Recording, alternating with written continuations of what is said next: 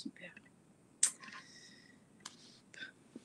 Bonjour à tous, nous sommes le vendredi 4 juin, on vous retrouve pour un Hirondelle en direct ce midi avec Paolo, directeur de production. L'Hirondelle, pour rappel, nous offrons un service d'intégration sociale et un service d'intégration à l'emploi aux nouveaux arrivants sur Montréal. Bonjour Paolo, merci d'avoir répondu à l'appel et de participer à l'Hirondelle en direct ce midi. Je vais commencer par une première question. Est-ce que tu peux te présenter en quelques mots, nous dire ce que tu fais, d'où tu viens, ton parcours, etc. Bonjour à tous, un bon après-midi à tout le monde. J'espère que tout le monde m'écoute bien. Il y a un peu de bruit dans le fond ici parce que nous sommes dans l'usine maintenant. Mon nom c'est Paulo Montemajor et je suis brésilien, 52 ans. Nous sommes arrivés au Canada il y a 4 ans, en 2017. Ça fait exactement 4 ans. J'ai un parcours au Brésil comme ingénieur. J'ai un bac em génie chimique. J'ai travaillé au Brésil dans des usines, principalement. J'avais travaillé dans deux groupes au Brésil. Un groupe norvégien pour quelques années. Et mon dernier emploi au Brésil, c'était dans une compagnie dans le domaine de pâte et papier.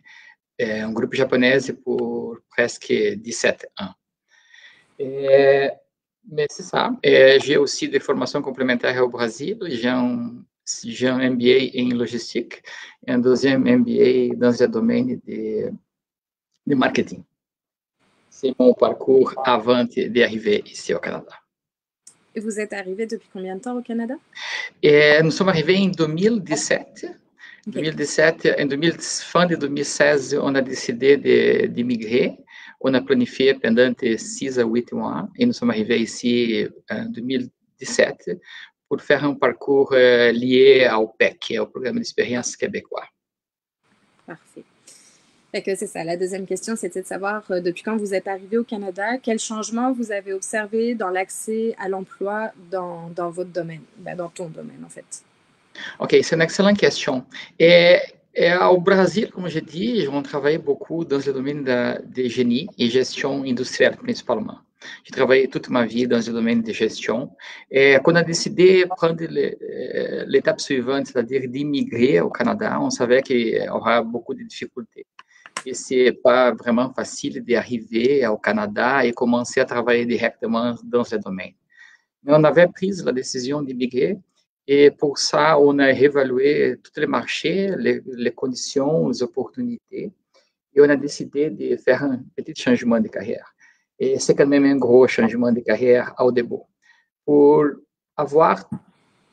faire tous les processus de la manière correcte, on a décidé de changer de carrière. Alors, j'ai décidé de suivre un cours em estimation e construção. Au Brésil, pour le démarrage des usines, on avait déjà travaillé comme chargé de projet pour plusieurs projets. E o domaine da construção, c'est un domaine que je m'intéresse beaucoup aussi.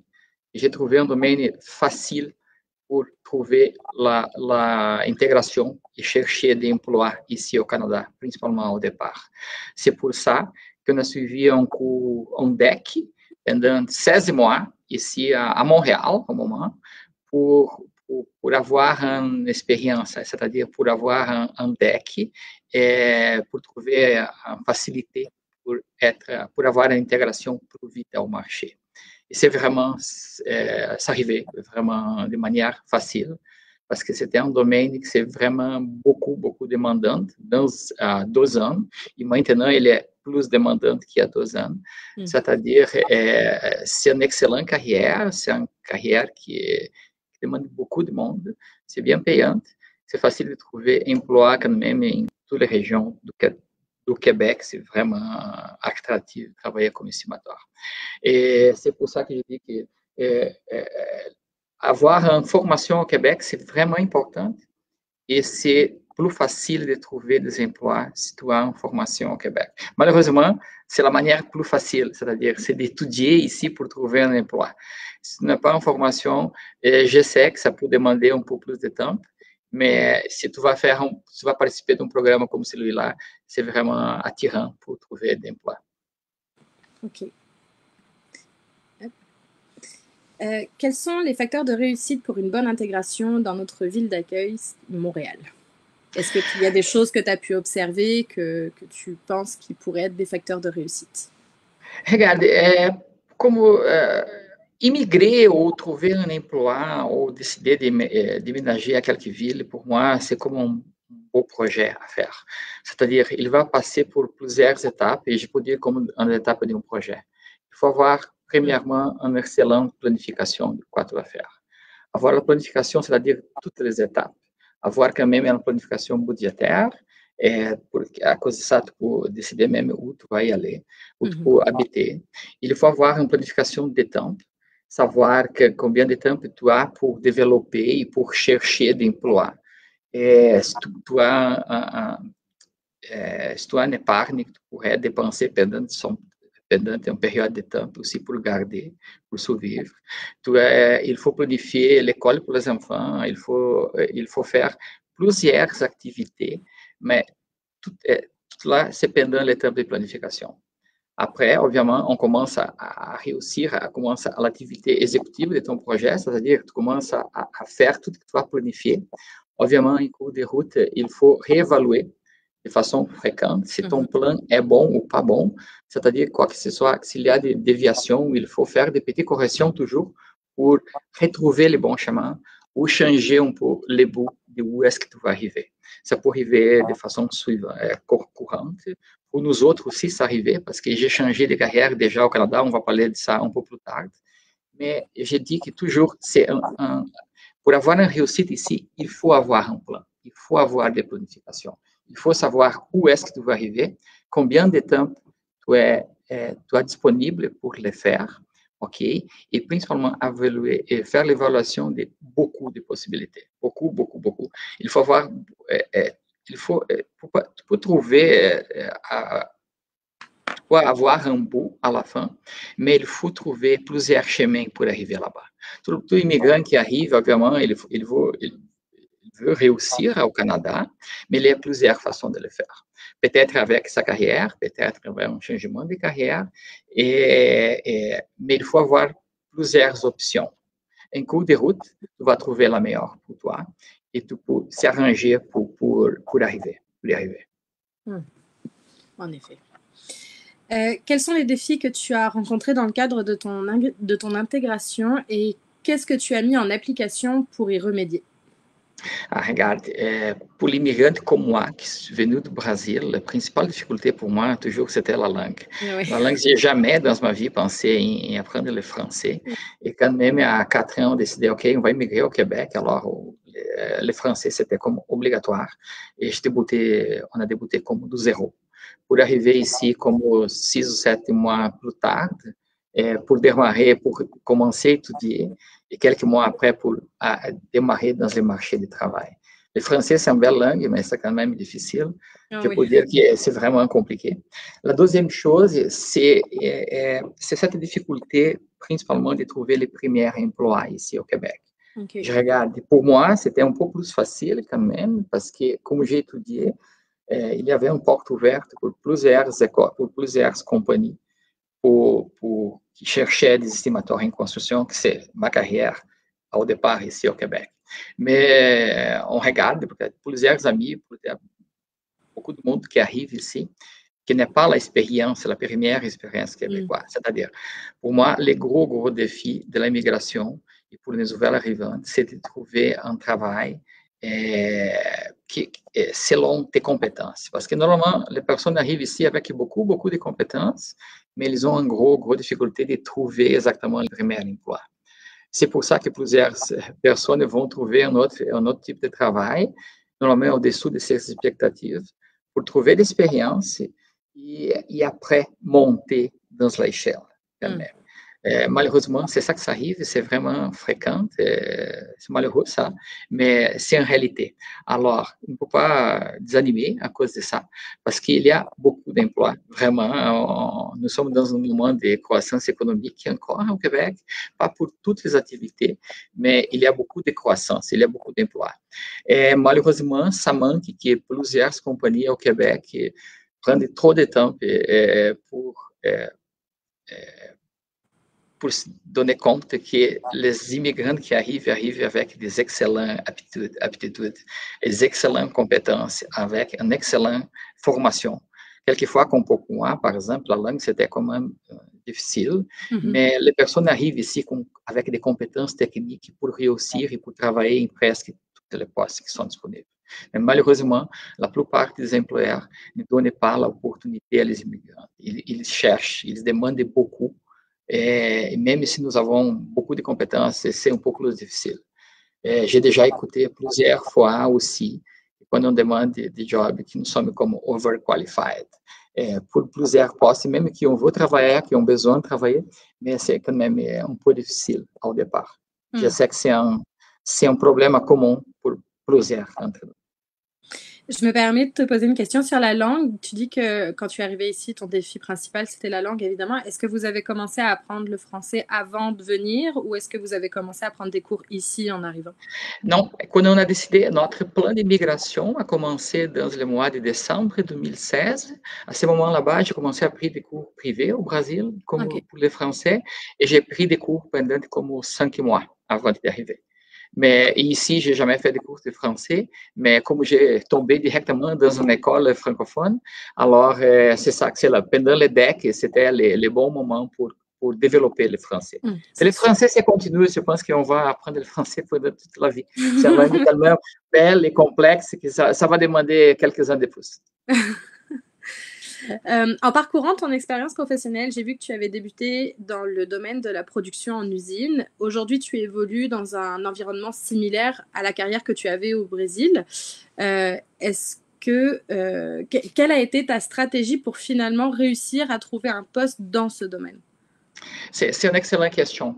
Au Brasil, como je te disse avant, j'ai travaillé presque 25 ans desde as usinas, dans deux groupes brésiliens, japonais, norvégiens et au Brasil. C'était mon domaine d'activité, toutes mes compétences sont liées à ce domaine. Quando eu decidi migrer, j'ai tombé dans le domaine de la construction. Et comme je dit avant, c'est un domaine qui beaucoup attrayante pour moi, c'est correct, é bien payant aussi ici au Canada, et vraiment, au début, on n'a jamais cherché un autre domaine d'emploi. Jamais, jamais, jamais. Ah, ok, on garde le domaine dans la construction parce qu'on peut vivre, je peux vivre ici comme estimateur em construction pour plusieurs années. Mais le monde, je dis que tout le monde, c'est toujours petit. Et face à tous les réseaux sociaux, puisqu'on LinkedIn, par exemple, quelqu'un vient de m'offrir un poste intéressant exactement dans le domaine que je travaille au Brasil. Okay. Je peux dire que c'est comme par hasard que ça arrivait, mais ça arrivait exactement comme ça. Je n'ai jamais cherché un emploi directement desde as usines ou dans un domaine similar, mais quelqu'un, un chasseur de tête, m'a trouvé sur Internet. Il a trouvé que mon expérience au passé, c'est-à-dire, c'était vraiment lié à les postes qu'il cherchait au moment. Et c'est ça que ça fonctionne. Et c'est ça que ça arrivait à la fin. Quand même, c'est par hasard, mais c'était vraiment similaire. Toutes mes compétences que j'avais développées avant dans ma carrière, on peut l'utiliser ici. OK. Mais c'est pour ça que je dis, désolé, c'est pour ça que je dis que le réseau est vraiment important. Ouais. C'est-à-dire, garder les réseaux, garder les informations, garder le LinkedIn bien structuré, garder dans ton CV tes expériences professionnelles, vraiment, c'est vraiment utile au moment que tu peux se déplacer, au moment que tu peux faire aussi un changement de carrière ici au Canada. Est-ce que tu fais partie de l'ordre des ingénieurs ici au Québec? Oui. Como engenheiro ao Brasil aussi, je faisais partie de la ordre des ingénieurs du Brasil, on peut dire comme ça. Au moment que j'ai arrivé ici, c'était une bonne question parce que c'est quand même un peu difficile d'arriver et de rentrer dans l'ordre des ingénieurs. Il y a beaucoup de... C'est pas beaucoup, c'est pas difficile, mais c'est demandant. Ça coûte cher aussi, je peux dire. Mais c'est obrigatório, se tu veux travailler comme ingénieur ici au Québec, il faut faire partie de l'ordre des ingénieurs. C'est-à-dire, si tu es ingénieur em quelques pays du monde, pour arriver ici et signer comme ingénieur, il faut faire partie de l'ordre. J'ai démarré mon processus au moment que j'arrivais au Québec. J'ai commencé le processus comme ingénieur. Ça dépend des personnes, mais ça peut demander minimum un an et demi. jusqu'à le moment que tu vas avoir un titre. Et pour moi, maintenant, le processus a changé un petit peu. Quand j'ai commencé, j'ai reçu mon premier titre de comme ingénieur junior. Et maintenant, ça a changé un peu le nom, c'est candidat à je ne me souviens pas exactement le nom actuel, mais c'est comme ingénieur junior, c'est-à-dire que tu ne peux pas signer comme ingénieur encore, il faut travailler dans un domaine avec un ingénieur senior pour pouvoir signer comme ingénieur. Après, mais comme estimateur, j'ai travaillé dans un domaine spécifique, alors j'ai pris mon expérience ici comme ingénieur au Québec. Il y a comme 16 mois, je pense, que je suis devenu ingénieur plein titre, comme on peut dire. Je peux signer vraiment comme membre de l'ordre. Mais je trouve que c'est vraiment important. C'est plus payant être ingénieur qu'il n'est pas. Dans la compagnie que j'ai travaillé avant, vraiment, il y avait quand même un bonus si tu es ingénieur ou pas.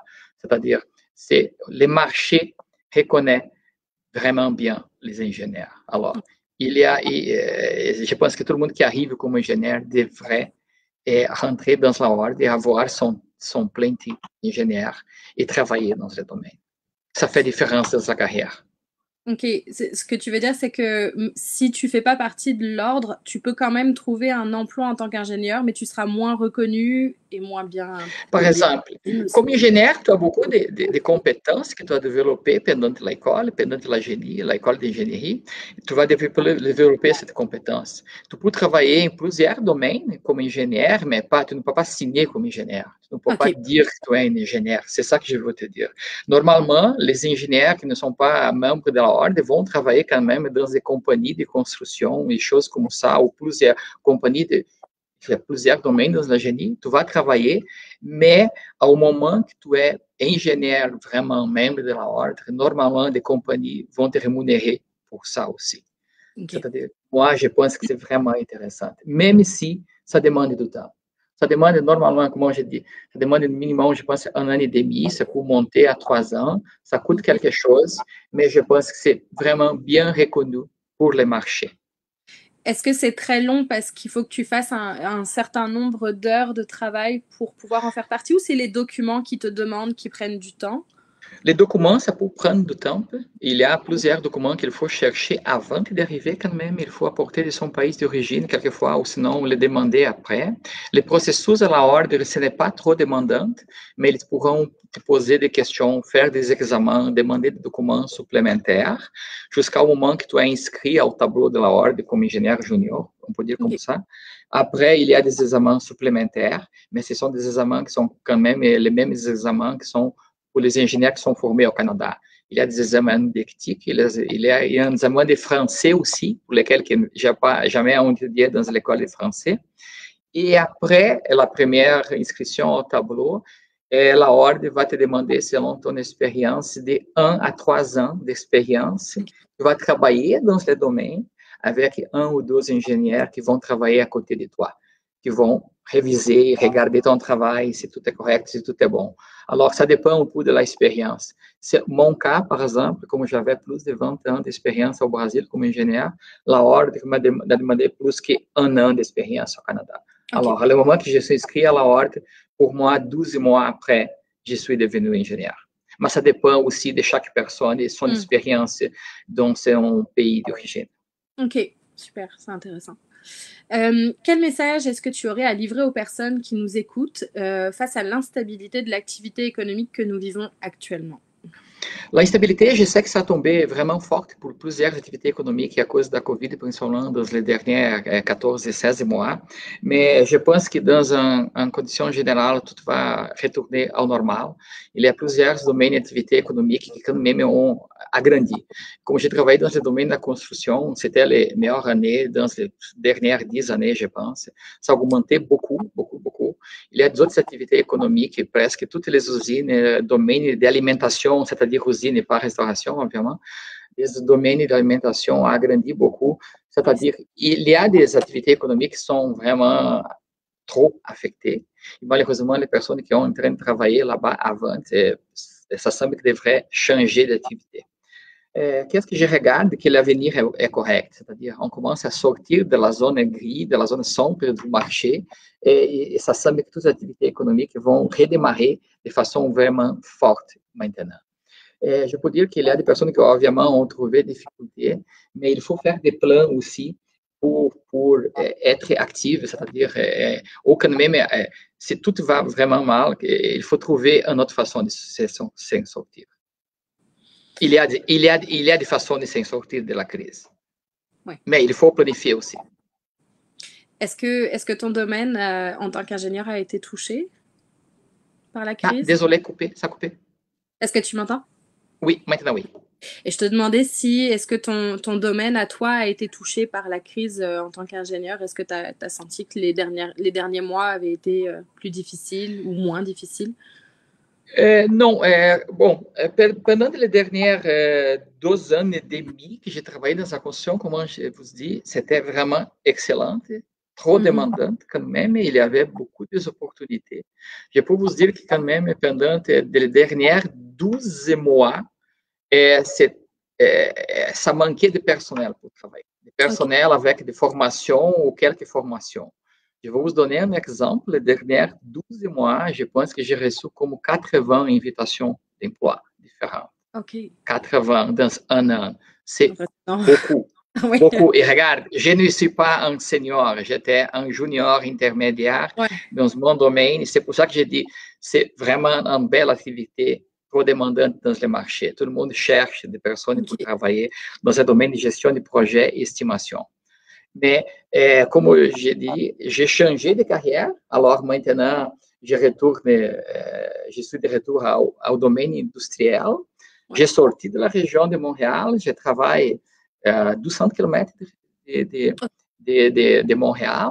Mais c'est un domaine lié à l'industrie d'énergie verte. C'est-à-dire, je travaille dans une usine qui produit des pellets. Pellets sont utilisés pour la production d'énergie verte en Europe. Et c'est un domaine aussi en franche ascension. C'est-à-dire, c'est un domaine, l'énergie verte, c'est vraiment un domaine excellent pour le travail.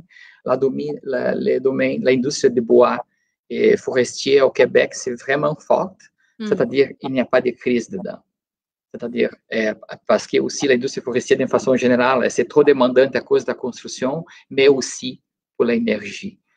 Alors, c'est un domaine qui va demander beaucoup, beaucoup de monde dans les prochaines années, certainement. Ça fait partie de l'économie de base du Québec, l'industrie forestière.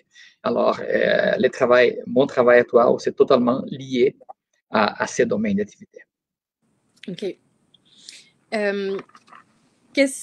Quel conseil tu pourrais donner à un nouvel arrivant en phase d'installation pour qu'il garde sa motivation? Surtout en ce moment, on sait que quand on arrive, c'est pas évident au niveau intégration professionnelle ou sociale, bien que ce soit en train de reprendre. Est-ce que tu aurais un conseil à donner pour Ah oui, bien sûr.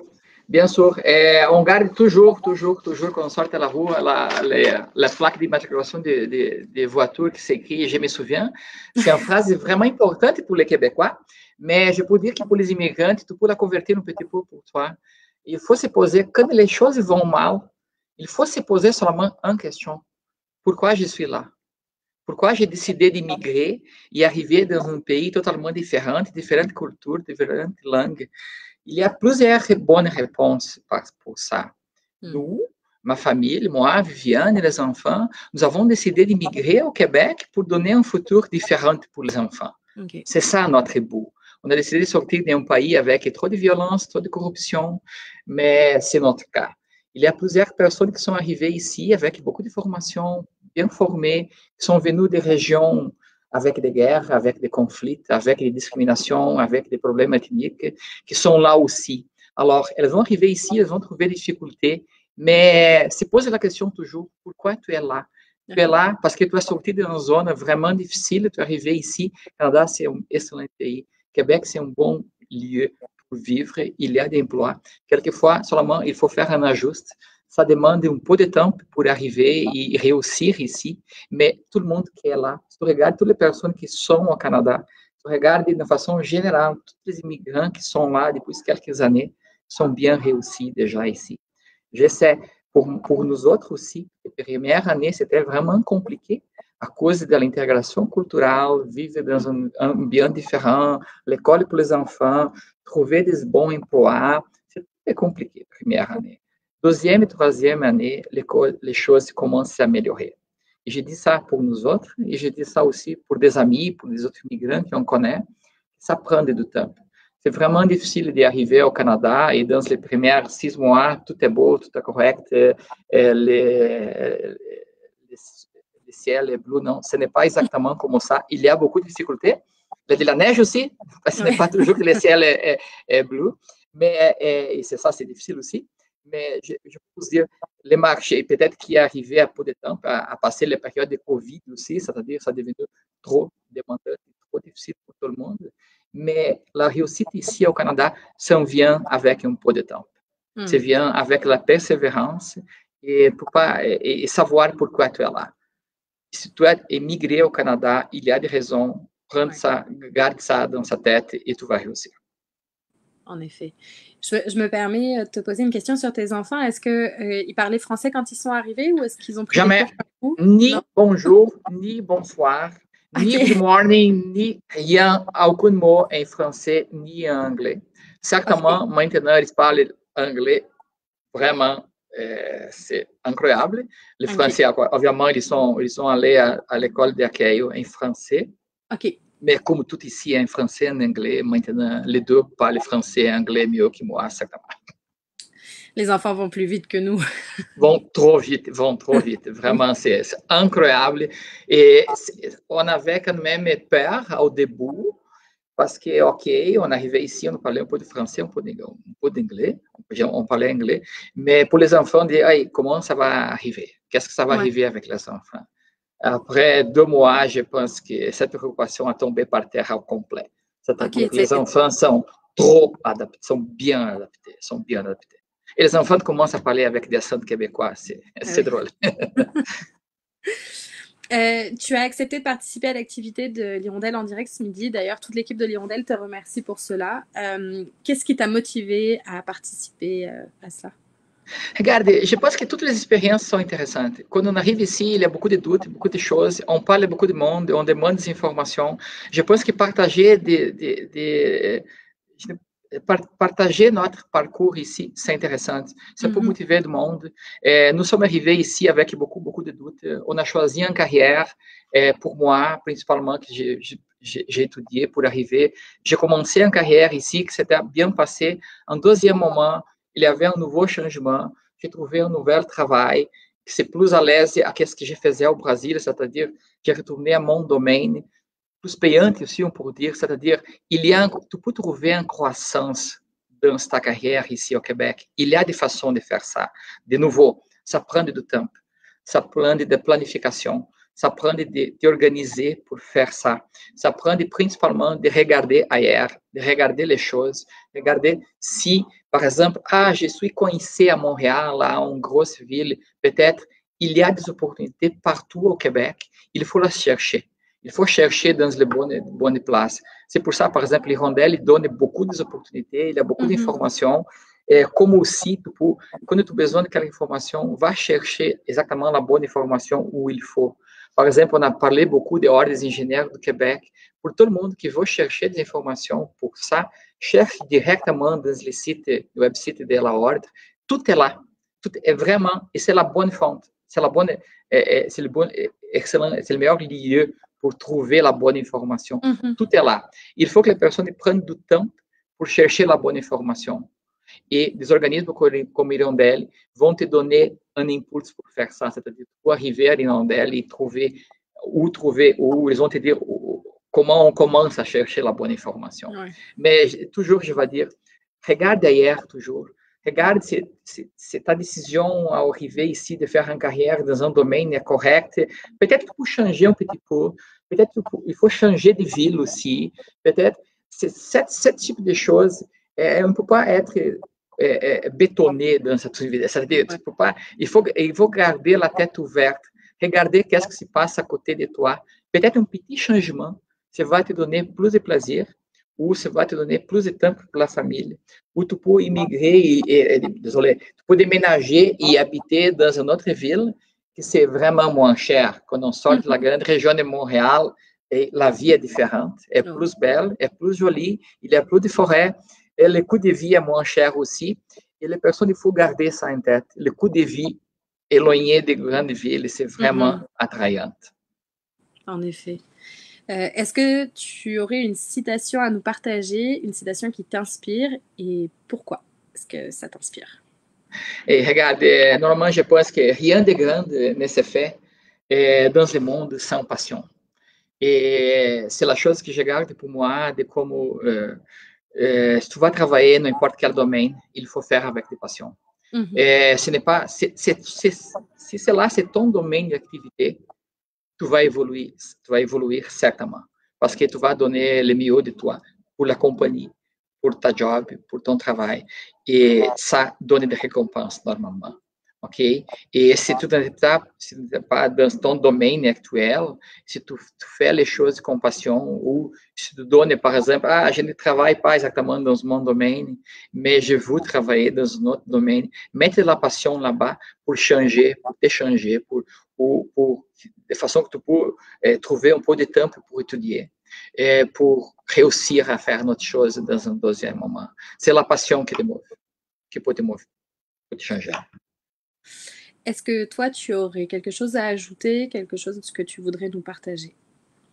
Regarde, je peux dire toujours que être ici, ce n'est pas facile, mais c'est vraiment intéressant. Après 2, 3 ans, tu commences à regarder la beauté du Québec, la beauté des grandes villes, la beauté des régions éloignées. Pour commencer à regarder que la diversification que nous avons ici, c'est vraiment intéressante. C'est un país multiculturel, tout peut marcher bien. Je sais que ce n'est pas tellement beau pour tout le monde maintenant, mais on peut trouver ça, il faut regarder ça. C'est un pays où on peut vivre avec de la liberté et on peut trouver notre emplacement, notre bon lieu pour le travail et pour vivre. Super. Merci beaucoup, encore une fois, d'avoir répondu à mes questions, d'avoir participé à l'Hirondelle en direct ce midi. Je vais regarder en même temps, on n'a visiblement pas de questions. Si jamais, n'hésitez pas à poser vos questions sous la vidéo, on vous répondra tout de suite. Merci beaucoup encore, Paolo, d'avoir répondu à mes questions. Bonne journée à tous et bonne fin de semaine. Merci.